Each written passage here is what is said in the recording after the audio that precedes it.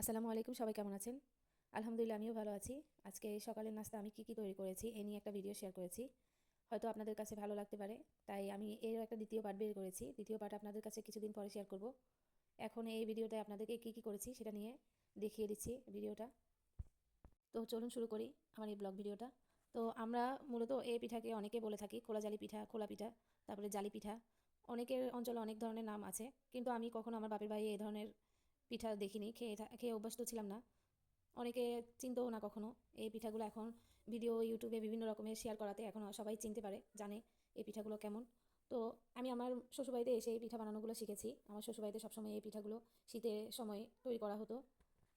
আরেকটা tips share করি আপনাদের কাছে। এখানে আমি যেভাবে পিঠাগুলো রেখেছি এভাবে রাখা উচিত, কারণ পিঠা নাকি দেখতে সুন্দর লাগে না, আমার শাশুড়ি শিখিয়েছিলেন। তো আমি বক্সে নিয়ে নিয়েছি। বক্সে নিলে পিঠাগুলো নরম সফট থাকে। সবগুলো তৈরি করে আমি বক্সে নিয়ে নিয়েছি। তো এই পিঠার সাথে খাওয়ার জন্য কিছু তো তৈরি করতে হবে, তাই আমি কি করেছি, কলিজা ভুনা করেছি মুরগির। তো এর ফাঁকে আমি মাছ ফ্রাইও করে নিচ্ছি, যাতে দুপুরে আমার তাড়াহুড়া না করতে হয়। আমি কিছু কাজে বের হতে হবে আমার বাচ্চাদেরকে নিয়ে। আর কি কাজ সেটাও আপনাদেরকে বলে দিব। তো এই কলিজাগুলো এভাবে করে আমি ফ্রাই করেছি। ফ্রাই বলতে কি, রান্না করে নিয়েছি। অনেক মজা এভাবে করলে। আমি ভুনা ভুনা করে করেছি। আপনারা যাতে এই সহজে এই কলিজা ভুনাগুলো করতে পারেন, তাই আপনাদের কাছে এই ফুল ভিডিওটা দিয়েছি। আমার মতো করে এভাবে করলে আপনারা টেস্টও পাবেন এবং কি সহজেও রান্না করে ফেলতে পারবেন। আমি এখানে তেমন কিছু দিই নেই, পেঁয়াজ রসুন কুচি। আমি বাটাও দিই নেই তেমন একটা, কারণ তাড়াহুড়ো করে তেমন একটা রান্না করার সময় ছিল না। আর যেভাবে করেছি এভাবেতেই অনেক মজা ছিল। তো টমেটো কুচিটা দিবেন, টমেটো কুচি দিলে অনেক মজা হয়। আমি শেষে মশলা গুঁড়াটাও দিয়ে নিয়েছি, গরম মশলা। এটা শেষে দিবেন, যেহেতু ঘ্রাণের একটা ব্যাপার স্যাপার আছে, তাই আমি ঘ্রাণের জন্য এইভাবে লাস্টে দিয়ে নিয়েছি। তো ধনেপাতা দিয়ে নামিয়ে নিয়েছি। এই তো আমার খাওয়াটা তৈরি হয়ে গেছে। তো কলিজা ভুনা দিয়ে এভাবে খোলা পিঠা বা খোলা জালি পিঠা বলেন, এগুলো খেলে কিন্তু অনেক মজা লাগে। আবার খোলা জালি পিঠার সাথে আবার হাঁসের মাংস অনেক জমে ওঠে, ওইটাও খেতে পারেন। বিশ্বাস করেন, এই খোলা জালি পিঠা দিয়ে এই কলিজা ভুনাটা এত যে টেস্ট লেগেছে, আমি আপনাদেরকে বলে বোঝাতে পারবো না। আপনারা যদি একদিন তৈরি করেন তাহলে বুঝতে পারবেন কত টেস্ট লাগে। এই শীতের সকালে গরম গরম ধোঁয়া ওঠা খোলা জালি পিঠার সাথে এভাবে কলিজা ভুনাটা আমার কাছে অনেক জমে উঠেছিল।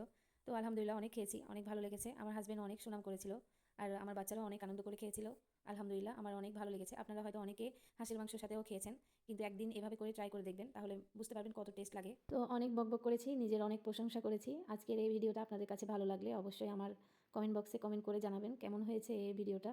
তো আমার বাচ্চাদেরকে চুল কাটাতে নিয়ে যাব, যার কারণে আমার অনেক তাড়াহুড়া ছিল। যারা আমার চ্যানেলে নতুন এসেছেন তাদেরকে আমি বলছি আমার চ্যানেলটাকে অবশ্যই সাবস্ক্রাইব করবেন। আর যারা আমার সাপোর্টে আছেন অবশ্যই তাদেরকে অনেক ধন্যবাদ আমার এই পর্যন্ত ভিডিও দেখার জন্য। খুব শীঘ্রই এর দ্বিতীয় পার্টটা আমি আপনাদের কাছে শেয়ার করব। তো সবাই ভালো থাকবেন, আমার জন্য দোয়া করবেন। তো খুদা হাফেজ, আসসালামু আলাইকুম সবাইকে।